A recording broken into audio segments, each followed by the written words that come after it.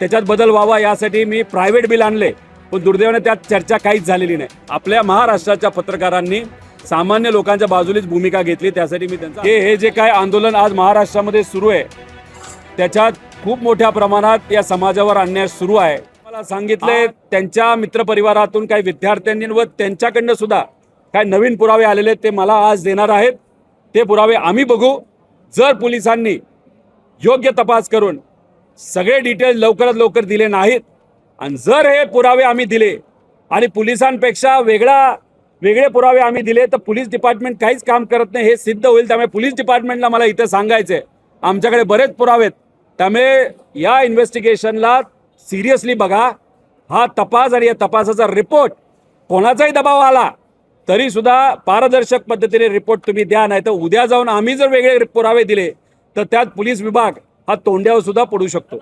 सीईटीचा मुद्दा आता आम्ही सर्वांनी मिळून घेतला, विद्यार्थी आणि पालकांनी आणि शिक्षकांनी सुद्धा घेतलाय।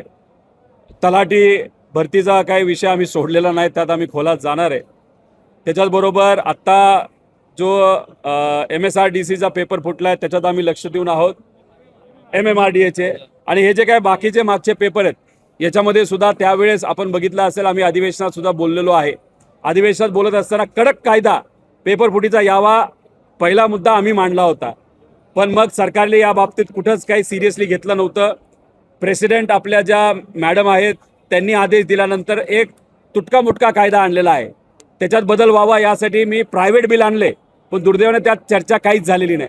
त्यामुळे या अधिवेशनामध्ये ते प्रायव्हेट बिल चर्चेत आणून त्याच्यावर चर्चा करून कडक कायदा कसा येईल हे आम्ही सुद्धा बघू आणि ह्या सगळ्या पेपर फुटीवर आम्ही लक्ष देऊन त्याच्यात ज्या ज्या लोकांवर कारवाई झाली आणि ज्यांच्यावर नाही झाली याचा सुद्धा वेगळा अभ्यास करू।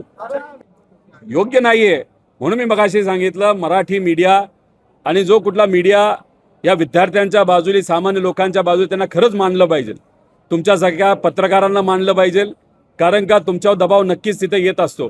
त्यामुळे जेली कुणी दबाव टाकलाय आता त्याला उलट पत्र तुम्ही तिथे द्या, आता प्रूव्ह झालंय, आता तुम्ही त्या बाबतीत काय करणार आहात।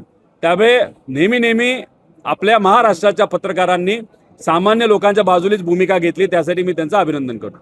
मला असं कळतंय राहुल गांधीजी महाराष्ट्रामध्ये पुढच्या काही दिवसात येणार आहेत आणि ते येत असताना कदाचित आम्हाला जे काही काल चर्चेत कळलेलं आहे आदिवासी मुलामुलींचं जे आंदोलन चालू आहे त्या आंदोलनामध्ये सुद्धा ते कदाचित येऊ शकतील। आमचं एवढंच मत आहे की हे जे काय आंदोलन आज महाराष्ट्रामध्ये सुरू आहे त्याच्यात खूप मोठ्या प्रमाणात या समाजावर अन्याय सुरू आहे। आज जे अशोक भाऊ राज्याचे आदिवासी मंत्री आहेत ते पुण्यात येत आहेत असंही आम्हाला समजलं आहे, ते जाऊन आंदोलन करताना 15 दिवसानंतर भेटणार आहेत, उपोषण करताना आणि आंदोलन करताना। आता खरं तर एवढा उशीर तुम्ही करत असाल, तुमच्या हातात अनेक गोष्टी असून सुद्धा तुम्ही जर निर्णय घेत नसाल, मुख्यमंत्री साहेब जर इतर गोष्टीमध्ये बिझी असेल तर त्यांना जाऊन भेटून मागे लागून या समाजाच्या मुलामुलींना न्याय देण्यासाठी तुम्ही का प्रयत्न केले नाहीत। तर येत्या काळामध्ये कदाचित आता सुरू झालंय मुलांकडनं, पण उद्या जाऊन या आदिवासी मंत्र्यांचा राजीनामा सुद्धा आता मुलं मागायला लागलेले आहेत आणि त्यांच्या मागणींना मुलांच्या मागणीला आम्हाला येत्या काळामध्ये पाठिंबा सुद्धा तिथे द्यावा लागेल। म्हणून आजच्या आज त्या मुलांच्या बाजूने सकारात्मक निर्णय देत असताना तो कागदावर फुल प्रूफ निर्णय देण्यात यावा अशी आम्ही विनंती करतो। IG साहेबांना भेटलो होतो, CPंना भेटलो, क्राईम डिपार्टमेंटला भेटलो, या अनेक लोकांना भेटल्यानंतर या सगळ्यांना आम्ही विनंती केली होती की आमच्याकडे जे पुरावे आहेत ते आम्ही तुम्हाला दिलेले आहेत। ऋषीभाऊ गांगटे इथं आहेत, तर हे सर्व पुरावे आम्ही तुम्हाला दिलेले आहेत। FDAचा इन्स्पेक्टरचा पेपर जो MPSCच्या माध्यमातून घेतला जातो तो फुटलाय, त्याचे जे प्रश्न आहेत ते फुटलेत हे आमचं सगळ्यांचं मत होतं, पण दुर्दैव असं MPSCने ते स्वीकारलं नाही। MPSCला आम्ही दबाव टाकून विनंती करून इन्व्हेस्टिगेशनला तपासाला तुम्ही सुरुवात करा असं सांगितल्यानंतर त्यांनी इन्व्हेस्टिगेशन सुरू केलं। पोलीस विभागाने इन्व्हेस्टिगेशन चांगलं केले, अधिकारी चांगले, CP मुंबई त्याच्याचबरोबर PI देसाई यांनी चांगलं इन्व्हेस्टिगेशन केल्यानंतर काल रात्री 11 वाजता MPSCने मान्य केलं की FDAचा जो इन्स्पेक्टरचा पेपर आहे त्यातले प्रश्न हे फुटलेले आहेत आम्हाला असं कळतंय की 3 अधिकाऱ्यांची नावं FIR मध्ये आहेत. अजून FIR आमच्यापर्यंत आलेलं नाही आणि इतर 6 लोक त्याच्यामध्ये आहेत, त्यांची नावं सुद्धा आमच्यापर्यंत आलेली नाही. आपण सगळ्यांनी एक गोष्ट जाणून घेतली पाहिजे, 1997ला MPSCचा पहिल्यांदा पेपर फुटला होता PSIचा आणि त्यावेळेसचे अध्यक्ष जे होते MPSCचे, काय नाव होतं त्यांचं, कर्णिक, त्यांना जेलमध्ये टाकलं होतं. 1.5 वर्ष जेलमध्ये होते. आता विद्यार्थ्यांची मागणी, आमची सगळ्यांची मागणी आहे की FDAचा हा जो पेपर इन्स्पेक्टरचा फुटला, त्याचे जे प्रश्न फुटले, त्याच्याचबरोबर एक्साईजचा जो इंटरनल लेवलची परीक्षा असते त्याचं मार्किंग पॅटर्न फुटलं.